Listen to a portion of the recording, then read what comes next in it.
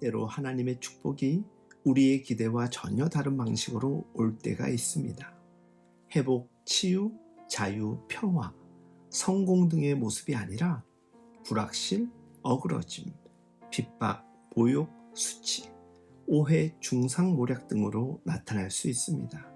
우리는 모든 것이 확정되고 순조롭게 이루어지는 복을 기대하지요. 그러나 하나님을 따르는 일은 순탄함만 있는 것이 아닙니다. 또한 그렇게 예상치 않은 일들로 곤란함을 당하는 것이 우리에게 모두 나쁜 것만은 아닙니다. 어쩜 옳은 길을 가는 자에게 박해나 방해는 당연한 일일 수 있습니다. 예를 들어 다른 사람을 속이지 않고 진실을 은폐하지 않고 사는 삶은 현실에서 쉬운 일이 아닙니다. 때로는 불이익을 감수하기도 해야 하기 때문이지요.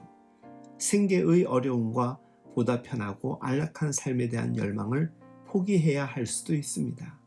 하나님의 뜻에 따라 사는 것은 다른 사람에게는 그토록 많은 증오를 불러일으킬 수 있습니다. 우리의 생활 방식에 대하여 끊임없이 질문을 던지기 때문입니다. 왜 너희는 남들처럼 살지 않는 거지?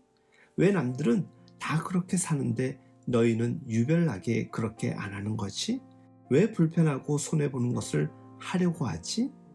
사람들은 끊임없이 그리스도인이 선택하는 어리석은 것 같은 결정에 대하여 질문하고 의아해 할 것입니다. 주 안에서 사랑하는 여러분, 그리스도인의 삶은 좋든 싫든 다른 사람들의 양심의 파문을 일으킵니다. 때로는 바른 삶에 대한 열망을 불러일으키는 파문이 될 수도 있고, 때로는 그들의 퇴색된 양심에 돌을 던지는 파문이 될 수도 있습니다.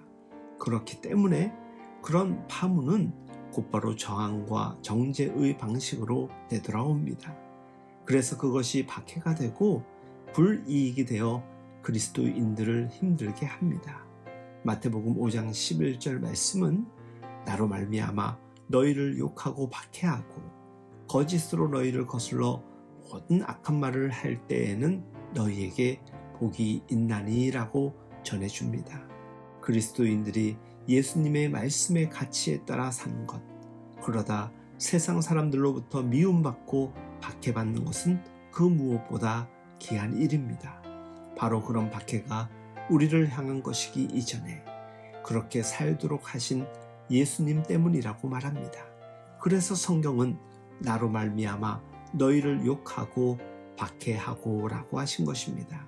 주 안에서 사랑하는 여러분, 세상의 방법대로 살지 않아서 어려움을 겪는 일에 너무 속상해하지 마십시오.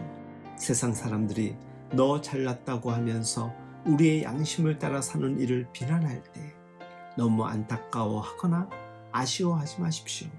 예수님의 십자가는 바로 그 모든 것이었습니다.